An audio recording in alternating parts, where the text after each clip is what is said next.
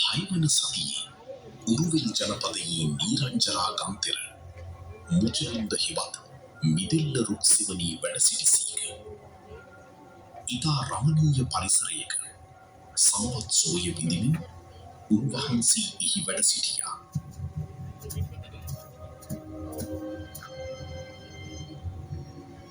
ඒත් කුමක්ද මේ වෙන්නේ? වැහිලිහිලියන් කෑගසනවා. තදින් සුළං හමන්නට පටන් අරන් අහස කළුවර වී ඉගුරුම් හඬ දෙමින් මහා වැස්සක පෙරනිමිති නේද මේ පහළවන්නේ. පින්වතුනි, අප මහා සම්මා සම්බුදුරජාණන් වහන්සේ මුචලින්ද විලාසල ගසක් යටින් වැඩ සිටිනවා. උන්වහන්සේත් වැස්සට දෙවීවිද? බුද්ධානං ජීවිතස්ස න සක්කා කීනචි අන්තරායෝ කාතු. ලෝතුරා තථාගත සම්මා සම්බුදුරජාණන් වහන්සේ නමකට එසේ පරිසරයෙන් හානියක් වන්නේ නැහැ. උන්වහන්සේලාට අන්තරාය කරන්න කිසිවකුටත් බැහැ. මේ සිදුවීම නාගලෝකයේ විසින මුචලින්ද නාග රජුට පෙනුණා.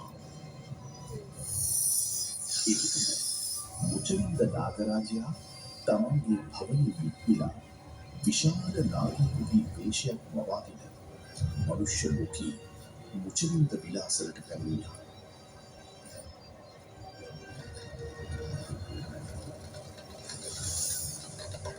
බලමු ඉන්පසු කුමක්ද වෙන්නේ කියලා.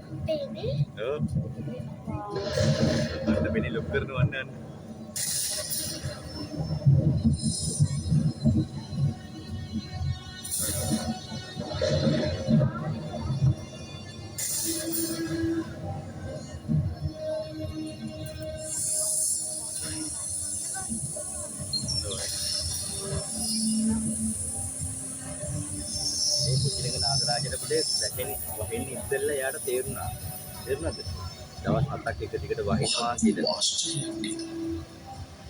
භාග්‍යවතුන් වහන්සේගේ ශ්‍රී ශරීරය මුචලින්ද නාරජු විසින් දරණ බැලී භාග්‍යවතුන් වහන්සේගේ උතුම් සිරස්තලයට ඉහළින් මහත් විනය විහිදාගෙන සිටින සිතන්නේ කුමක්ද? භාග්‍යවතුන් වහන්සේට එපා. භාග්‍යවතුන් වහන්සේට උණුසුමක් ඇති වෙන්න එපා.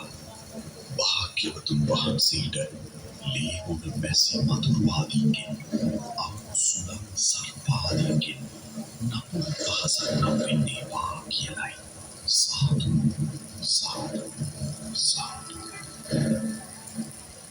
ඉතින් භාග්‍යවතුන් වහන්සේ ඒ හත්දවස ගෙවුනට පස්සේ ඒ සමාධියෙන් නැගිට වදාලා. එතකොට මුචලින්ද නාගරාජයා තමන්ගේ නාගවේශය වෙනස් කරලා භාග්‍යවතුන් වහන්සේගේ ඉදිරියේ භාග්‍යවතුන් වහන්සේට වැඳගෙන හිටගත්තා. සාදුකාර දුන්නා. පින්වතුනි, ඔබත් මමත් සරණ ගොස් ඇත්තේ ඒ ආකාරයෙන්ම නාග ලෝකයෙන් පවා පූජනීයත්වයට පත් බුද්ධ රත්නයේ සරණයි. ඔබත් ඔබේ දෑත් එක්කොට වන්දනා කරන්න ඒ මහා අසමසම ලෝතුරු තථාගත බුදුරජාණන් වහන්සේව.